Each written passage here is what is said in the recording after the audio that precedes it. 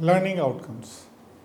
After studying this module, you shall be able to know the meaning of receivables and cash, learn various aspects of receivables and cash management, analyze the impact of various policies on the receivables and cash on the profitability of the company, evaluate the various proposals of receivables and cash management.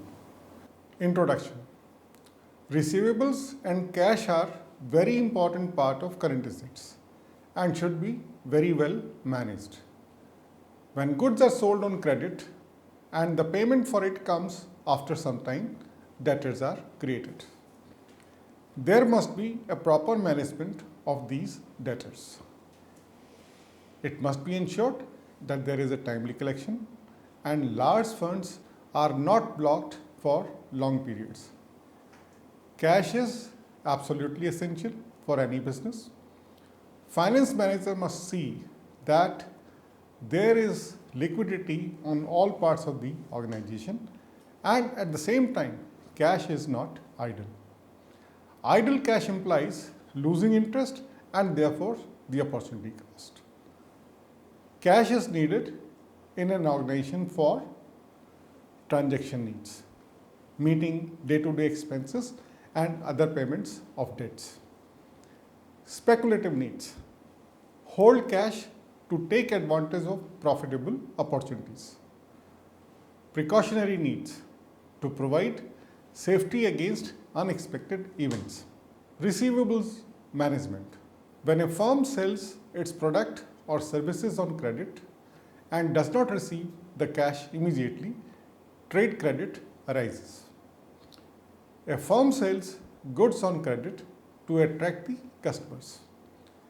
These payments, which shall be received in the future, are called trade debtors and form part of current assets.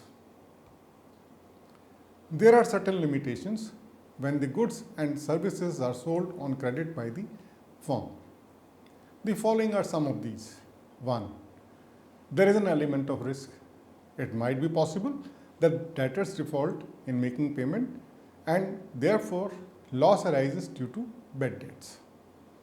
Number 2.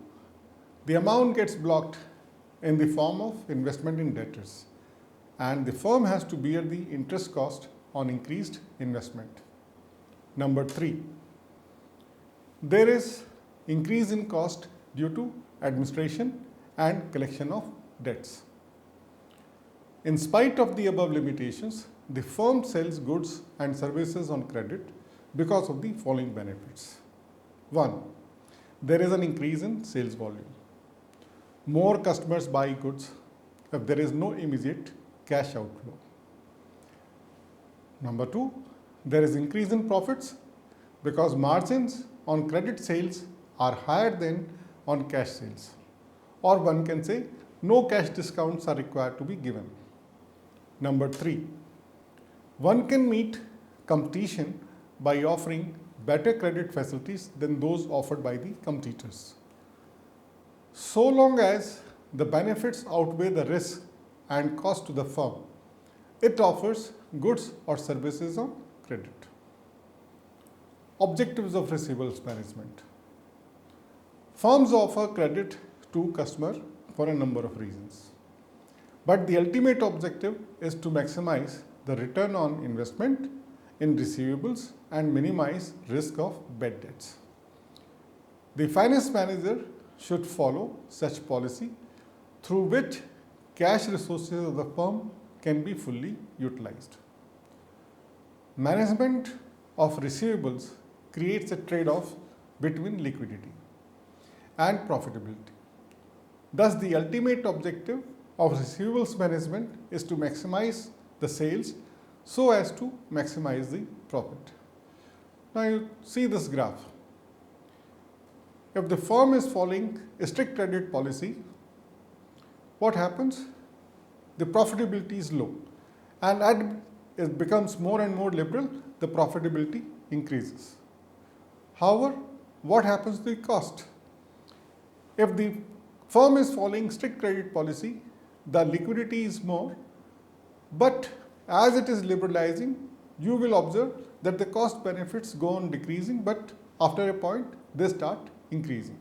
So there is a fine balance between profitability and liquidity.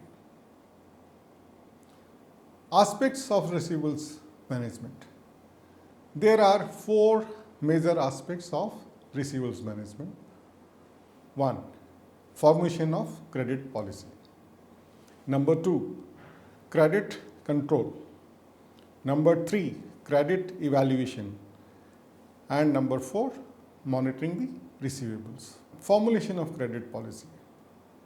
The credit policy of a company can be regarded as a kind of trade-off between increased credit sales leading to increase in profit and the cost of having larger amount of cash locked up in the form of receivables and loss due to the incidence of bad debts. The credit policy adopted by a company is considerably influenced by the practice followed by the industry, particularly in a competitive market. The term credit policy encompasses the policy of a company in respect of the credit standards adopted, the period for which credit is extended to the customer, and the cash discount offered. The various variables associated with credit policy are credit standards, credit period, cash discount. These variables underlying a company's credit policy influence sales, the amount locked up in the form of receivables, and some receivables becoming bad debts. While understanding these variables, it is assumed that firms have unutilized capacities and no additional fixed cost would be required to be incurred when sales volume increases. Credit standards. Before deciding whether to extend credit to a customer or not, it is worthwhile to first find out the paying capacity of the customer. If the paying capacity of the customer is good, he is rated as good. Customers are rated as high, good, fair, and limited in the descending order of credit rating. Setting credit standards means deciding on the type of customer to whom credit is to be extended. If credit standards are strict, credit is extended to high and good rated customers only. This would mean fewer sales, less profit, but also less risk. The amount of investment in debtors would be less and chance of bad debts will be removed. On the other hand, liberal credit standards would imply extending credit to customers with fair rating or even to customers with bad ratings. Sales will increase, but the risk of bad debts will also increase. Further, additional amount of funds will be blocked in receivables and there will be increased expenses on the collection front. So if the increased profits compensate for these additional expenses, the firm may set liberal credit standards. Now let's look at the first illustration. The current sales of company are rupees 2 lakhs with customers having high and good credit rating. With sub-liberalization in credit standards, sales can go up to 2.4 lakhs with 2/3 of the customers good and high rated while 1/3 are fair rated. If the contribution is 20% and bad debt chances on fair rated customers is 10%, should the company liberalize credit standards? Now let's look at the solution. Increased contributions will be 20% of increased sales. That is, increased sales are 40,000 multiplied by 20% is 8,000 is the increased contribution. Sales to new customer is 1/3 of 2.4 lakhs which is 80,000 and bad debt lost only to the sales of new customers at 10% is 80,000 into 10% 8,000. So if we ignore the additional funds blocked with increased sales, then also the profit on increased sale is offset by bad debt loss. So the company should not liberalize credit standards. With cost of funds and increased collection expenses, it will become a loss proposition. Credit period. The credit period refers to the length of time allowed to customers to pay for their purchases. It generally varies from 15 days to 60 days. If a firm allows, say, 30 days of credit with no cash discount, its credit terms are stated as net 30. Lengthening of credit period pushes up sales because existing customers purchase more and new customers are attracted. But this implies more involvement in receivables and more bad debt losses.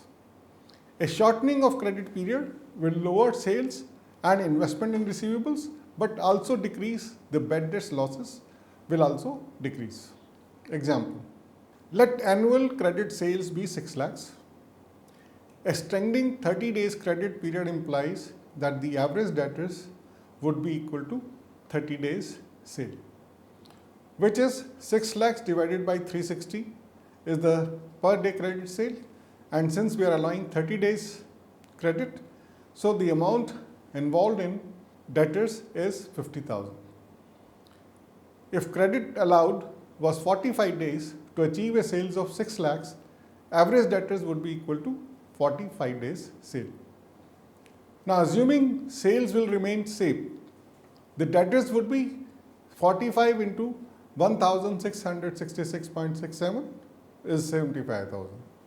Now this additional investment in receivables is 15,000 without generating additional sales or profit. So in this case, there is no point in extending the credit period from 30 days to 45 days. Cash discount. Firms generally offer cash discounts to induce prompt payment. Credit terms reflect the percentage of discount and the period during which it is available. For example, credit terms of 110 net 30 means that a discount of 1% is offered if the payment is made by 10th day. Otherwise, full payment is due by 30th day.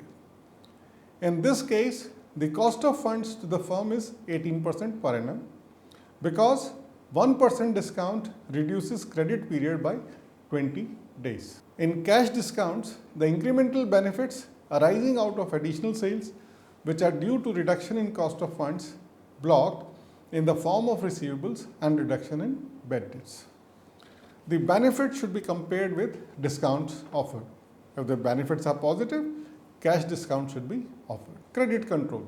The purpose of collection policy is to achieve timely collection of receivables so that funds locked up in receivables are released and bad debt losses are minimized. The collection program consists of monitoring the state of receivables, dispatch of letters to customers whose due date is approaching, telegraphic and telephonic advice to customers, threat of legal action or legal action against debtors to recover overdue accounts. Company must be careful that a rigorous collection policy might irritate the customer and may result in reduced sales. This also has a negative impact on the reputation of the firm. As is clear from the graph showing that if you are increasing the control over the collection, in that case your collection cost goes on increasing.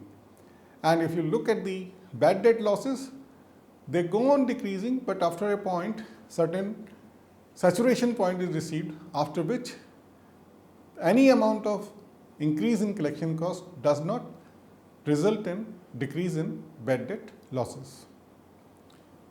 The initial collection expense may have no significant impact on bad debt losses, but a little increase in expense will reduce bad debt losses. Then a saturation point is reached when bad debts cannot be further reduced by incurring additional collection expenses. Credit evaluation. Before granting credit to a customer, a firm seeks information on the credit worthiness of that customer. Credit evaluation of the prospective customer involves obtaining information from which the financial capacity as also the paying habits can be evaluated. But in obtaining this information, certain costs are involved. Monitoring receivables. There are three ways in which receivables can be monitored. These are as follows. 1. To calculate the average collection period or ACP.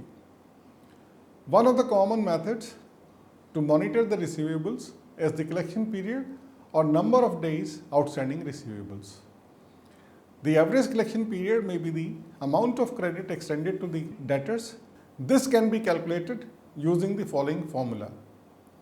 Average collection period within bracket ACP is equal to average receivables oblique credit sales per day. For example, credit sales per day is rupees 2000 and average receivables are 50,000.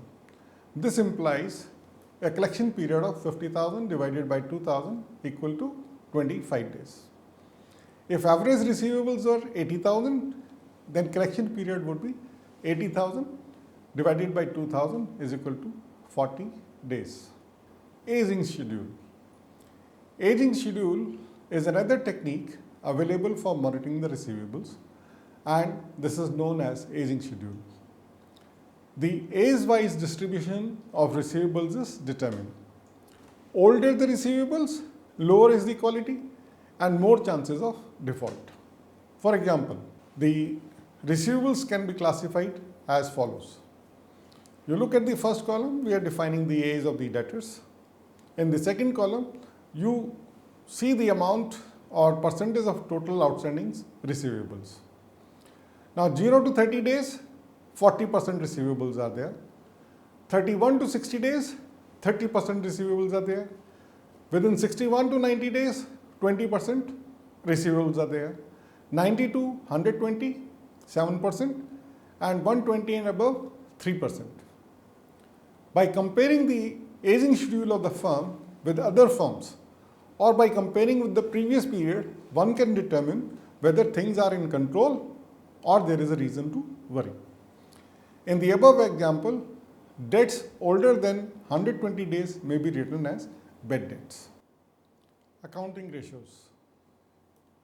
Two accounting ratios that may be calculated on a regular basis to find the changing pattern of receivables are debtors turnover ratio and average collection period. These ratios may be compared with industry standards and with past ratios of the firm. If the ratios are better than industry, it is healthy. But if we are giving collection period of 60 days, whereas industry norm is 30 days, it is cause for worry. Cash management. Cash should be very well managed in any organization. For this, the first step is to estimate the requirements of cash. Cash flow statements and cash budgets are a good aid to estimating cash requirement. Cash management refers to management of cash balance and the bank balance, including short-term deposits. Cash management control aspects. The finance manager must ensure that divisional managers do not retain cash in excess of their day-to-day requirement. For this method have to be employed to speed up the mailing time of payments from customers. There are two methods to speed up collection process. One is concentration banking. In this system, the company establishes a number of strategic collection centers in different regions instead of a single collection center at head office. Payments received by different collection centers are deposited with their respective local banks, which in turn transfer all surplus funds to the consideration bank of head office. Number two is lockbox system.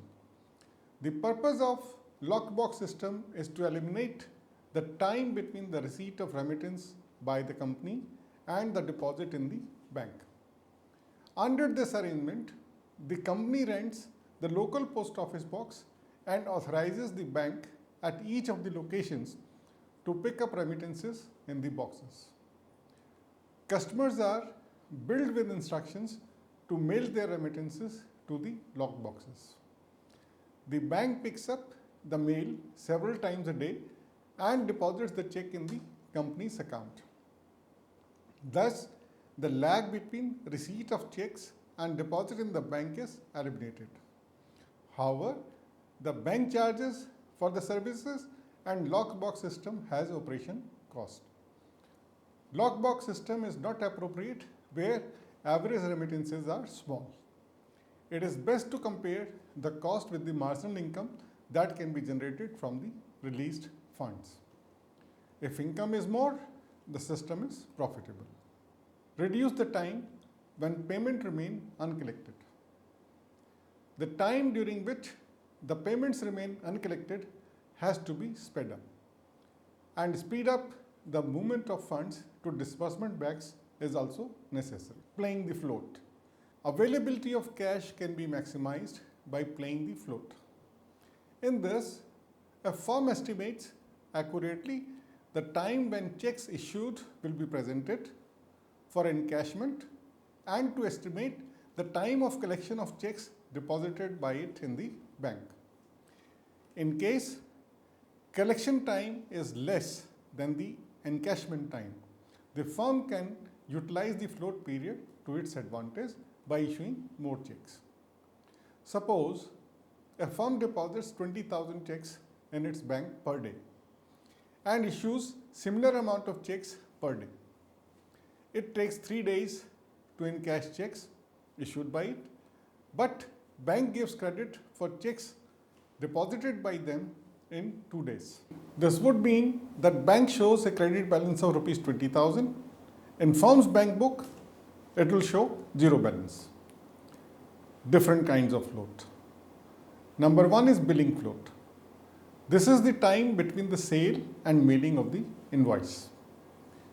Mail float. The time when a check is being processed by post office, messenger service, or the other means of delivery. Number three, check processing float. Time required for the seller to sort, record, and deposit the checks after it has been received. Number four, banking processing float.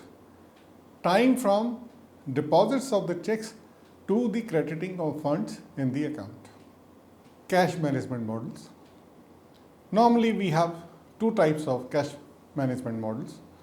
Number one is inventory type models, which is named after William J. Baumol's EOQ model, applies equally to cash.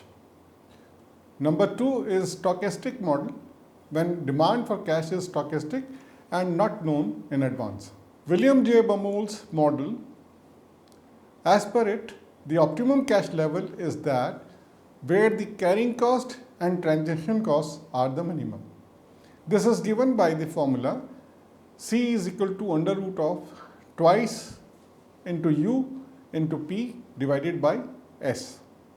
While U is annual cash disbursement, P is fixed cost per transaction, and S is the opportunity cost of 1 rupee per annum. Miller or cash management models. When changes in cash balance occur randomly, the application of control theory serves useful purpose. This model is one of control limits models. This model is designed to determine the time and size of transfers between an investment account and cash account. In this model, control limits are set for cash balances. These limits may consist of H as upper limit and Z as the return point and 0 as the lower limit. Now this can be clearly seen in the graph given below. When the cash balances reaches the upper limit, the transfer of cash equal to H minus Z is invested. When it touches the lower limit, a transfer from investment to cash account is made. When cash balance stays between H and Z or Z and 0, no transactions are made.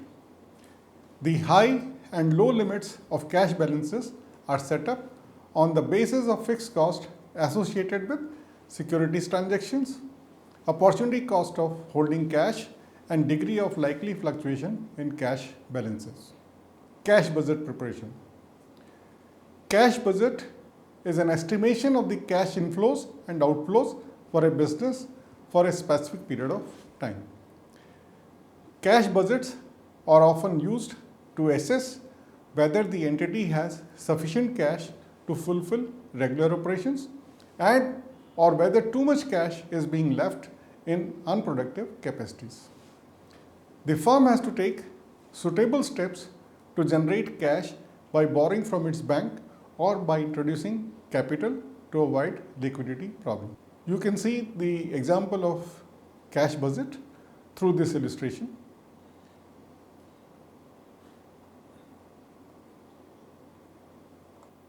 Summary.